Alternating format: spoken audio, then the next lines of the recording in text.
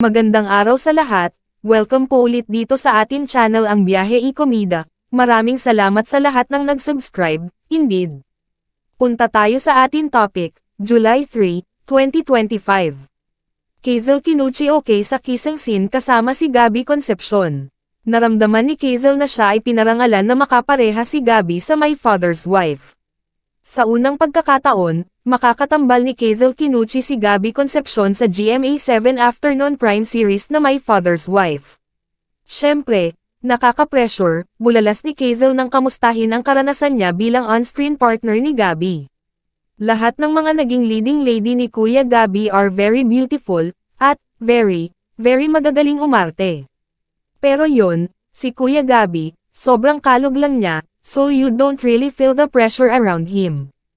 Inaasahang may intimate scene sila sa serye bilang mag-asawa ang gagampanan nilang roles. Walang kaba si Hazel. Siya ang kabahan, pabirong hirit ni Hazel. Sabay bawi niya, joke lang. Paliwanag ni Hazel, yung mga ganong scenes, well, kinakabahan in a way siguro kasi. Well, hindi pa kami dumadating doon, yung kiss lang, ganun lang. Okay naman, kasi yung director namin, pag may limitations ina-acknowledge naman niya. Si Aya Topacio ang direktor ng My Father's Wife. Siniguro ni Hazel na maayos ang dynamics nila ni Gabby sa set. Dagdag niya, so yun nga, never ko naman na-feel yung pressure or yung parang awkwardness around him kasi he will make you feel parang comfortable.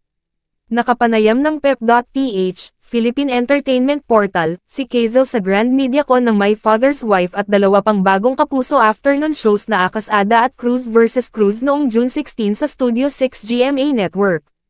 2 linggo nang umeere ang My Father's Wife, kung saan first wife ni Gabby si Snooki Serna. Si Hazel ay gumaganap bilang Betsy, ang best friend ni Gina, na ginagampanan naman ni Kylie Padilla. Sabi ko nga sa kanya, nung nag-workshop kami, aabangan ko yung mga awards mo, oo. Kylie is very professional. She's also very generous. Parang ibibigay niya talaga sa iyo kung ano yung, parang makagalaw ka rin, yung character mo, yung reaction mo.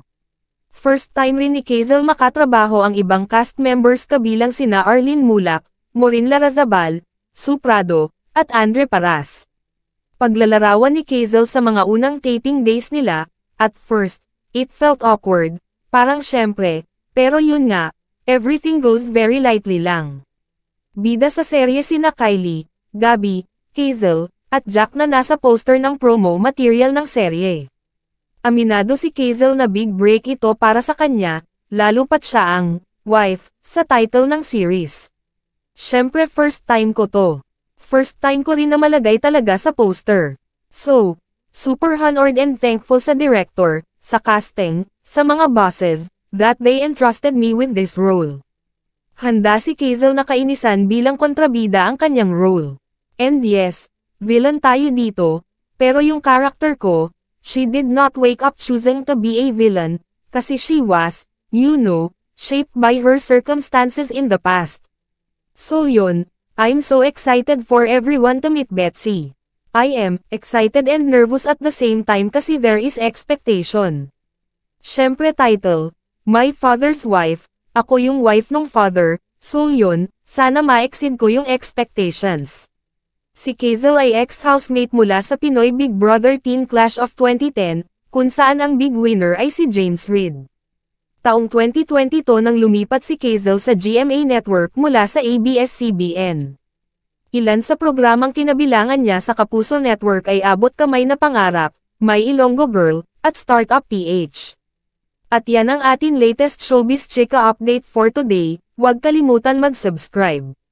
Click the notification bell for more showbiz chika updates, like and share the video at suportahan po ang atin Facebook page. Maraming salamat sa lahat ng nag-subscribe, indeed, magandang buhay sa lahat, adios!